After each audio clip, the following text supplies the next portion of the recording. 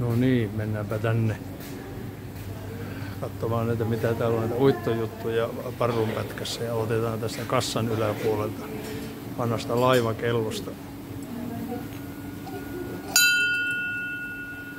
Laivakellon tarinahan on se, että ennen kuin kello oli keksitty, tämmöistä tarkkaa aikaa olevaa kelloa, että merimiehillä olisi ollut semmoinen kello, niin laivoissa oli laivakello, jolla sitten aluksen päällystö tai kapteenit, perämiehet sitten ilmoitti vahdinvaihdosta tai muista tärkeistä asioista. Ja siitä on jäänyt laivakellosta sitten tämmöinen symboli vieläkin laivoihin, siinä on laivakello, mutta se alkuperäinen tarkoitus lähtee jostain sieltä satojen vuosien takaa. Ja täällä on päätynyt sitten yksi uitonvarppaajien laivakelloista tänne parrunpätkään.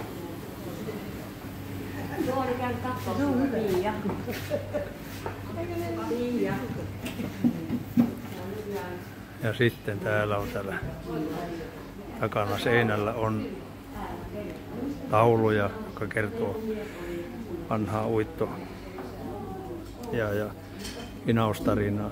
Ja tuossa oikealla on Kylmäsen Antin tänne luovuttama taulu, joka Antti aikoinaan kertoi. Se on siinä Oikaraisen kohdalla, joka laskee joki Kemijokeen, niin se on, sanottiin kossaukseksi. Rakennettiin tuommoinen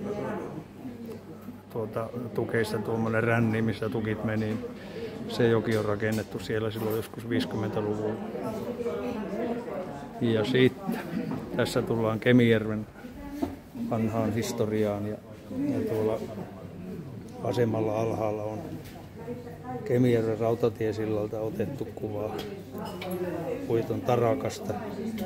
Tuossa hinaajat hinas puita alun perin Javarusvastuulta ja sitten myöhemmin Autioniemestä Luusuaan. Ja se oli tuommoinen 750 metriä pitkä, 50 metriä leviä tarakka, joka oli surrattu sitten surrengeilla kapiammaksi, että se mahtui se Kemijärven siltapilarien välistä emään ohi. Ja sitten tuossa on vanhan höyryhinaajan todennäköisesti sama, joka samasta aluksesta, joka oli tuolla alun perin se laivakello, niin ollut tuo telegrammi, jossa on vipu.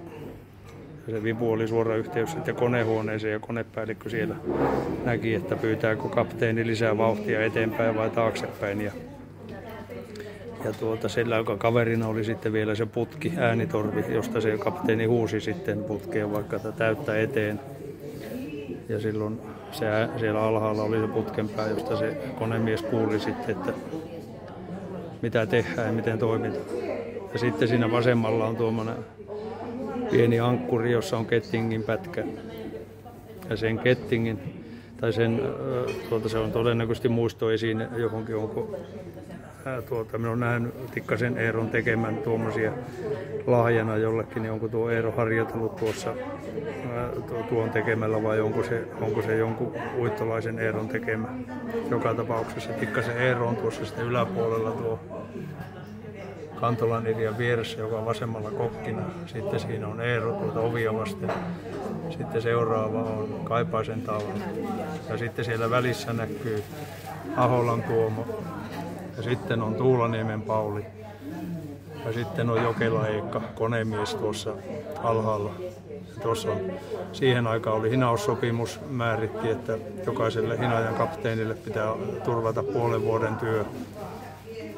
Ja ne on Autioniemessä sitten teki huoltotöitä ja asennustöitä sitten joka vuosi, niin että tuli se, kun hinauskausi ei kestänyt tyyliin 3 kuukautta, 2-3 kuukautta, niin se lopun aikaa ne oli sitten Autioniemessä töissä.